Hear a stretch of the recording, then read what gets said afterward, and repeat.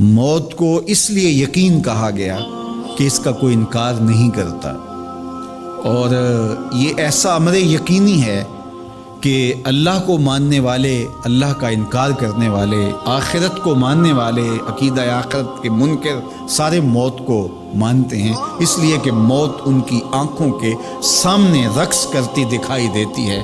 موت ہے ہنگامہ آرا کلزم خاموش میں، ڈوب جاتے ہیں سفینے موج کی آغوش میں۔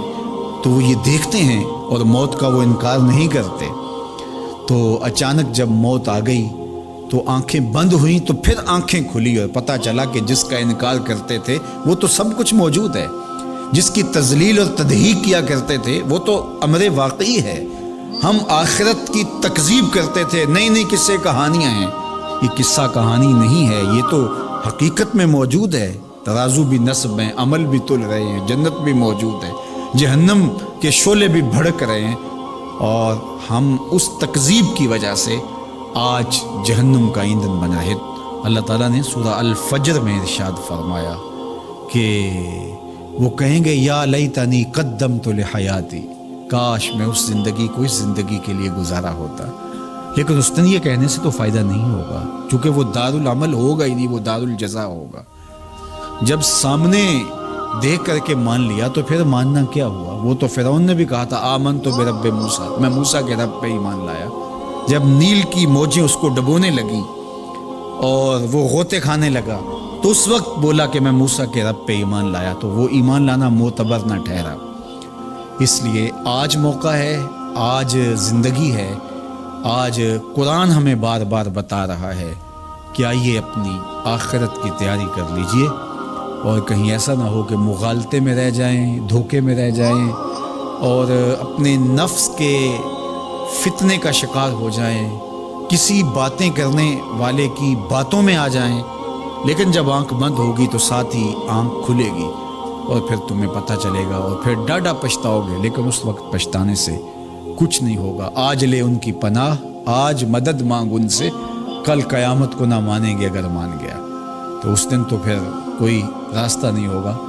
تو ذلت، پستی، زبونحالی، جہنم کی بھڑکتی ہوئی آگ کے شعلے، اور وہاں ذلت و رسوائی کی زندگی، وہاں سے نکلنا بھی چاہے گا تو نہ نکل پائے گا۔ جہنم کی بھڑکتی ہوئی آگ میں وہ چیخے گا، پکارے گا، آہو فغاں کرے گا، لیکن اس کی کوئی فریاد بھی نہیں سنے گا۔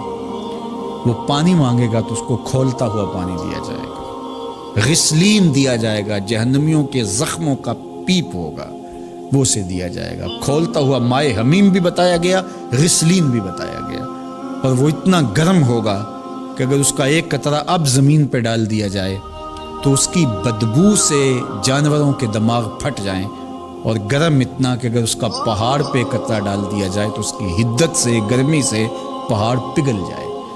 وہ پانی اس کو پینے کے لیے دیا جائے گا، اور وہ اپنے منہ کے سامنے اس کٹورے کو، اس پیالے کو جس میں وہ مائے حمیم ہوگا یا غسلین ہوگا، اس کو اپنے منہ کے سامنے رکھے گا، تو اس کے منہ کی کھال ادڑ کے اس کے اندر گر پڑے گی، پگھل جائے گی کھال اس کی حدت سے، اس سے اٹھتی ہوئی گرمی سے، اور اس کا منہ اس انسانی سائز کا منہ نہیں ہوگا۔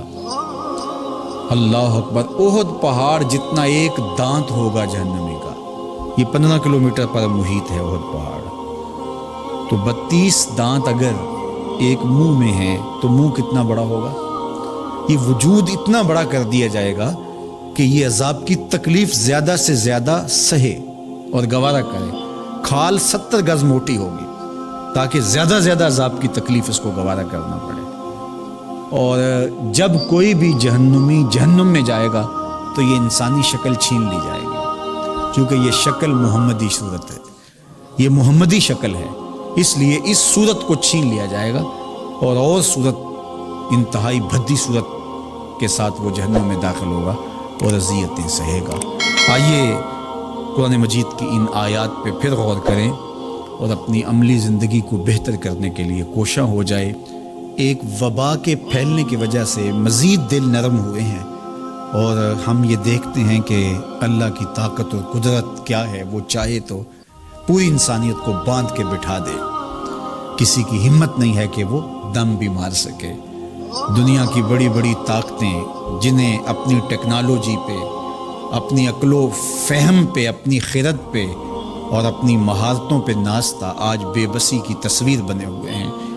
تو آئیے میں اور آپ اس کے حضور حاضر ہوں اور سچے دل سے پنج گانہ نماز کے ساتھ اپنے رب کی رضا جوئی کے لیے کوشاں ہوں۔ اللہ ہم سب کو اپنی یادوں کے سائے میں رکھے اور مختصر زندگی جو اس نے ہمیں عطا کی ہے اپنی یاد میں بسر کرنے کی توفیق دے۔ وآخر دعوانا ان الحمد للہ۔